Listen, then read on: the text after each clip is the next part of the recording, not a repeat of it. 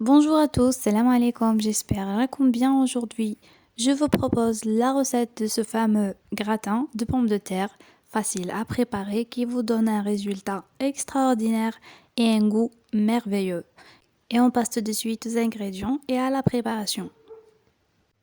Pour les ingrédients, j'ai la pomme de terre coupée en rondelles et cuite à vapeur, du blanc de poulet coupé en petits cubes, à peu près 3 tomates râpées, de l'ail, un oignon coupé et la béchamel.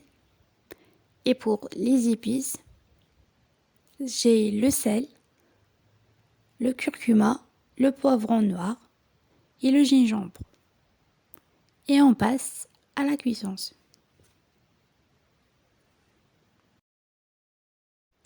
Alors je prends une poêle, je mets à peu près 2 cuillères à soupe d'huile d'olive. Je mets le blanc de poulet qu'on a déjà coupé en cubes. On ajoute les oignons. Je les mélange très bien et je les laisse cuire sur feu doux.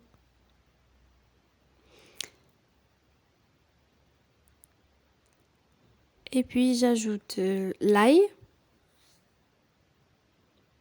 et je mélange, je tourne pour que ça cuise bien. Et je les laisse cuire. Après, j'ajoute les épices qu'on a déjà citées. Le sel, le curcuma, le poivron noir et le gingembre. Et je mélange le tout. Et je le laisse cuire doucement. Et puis, quand on arrive presque à la fin de la cuisson, je rajoute la tomate, à peu près 3 tomates. Je le couvre et je le laisse cuire encore quelques minutes.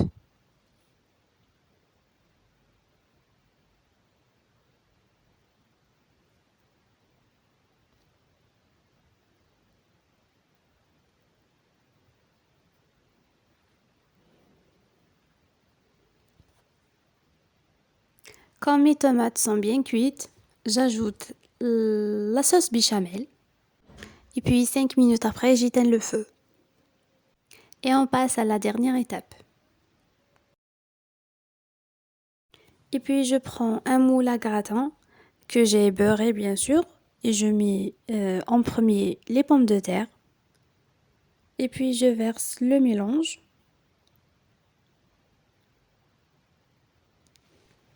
À l'aide d'une cuillère, j'essaye de couvrir toute la pomme de terre.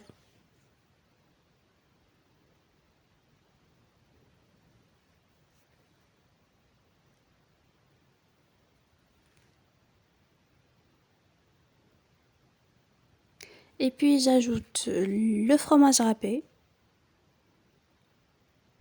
Vous pouvez bien sûr éliminer le fromage. Moi, personnellement, je préfère l'ajouter.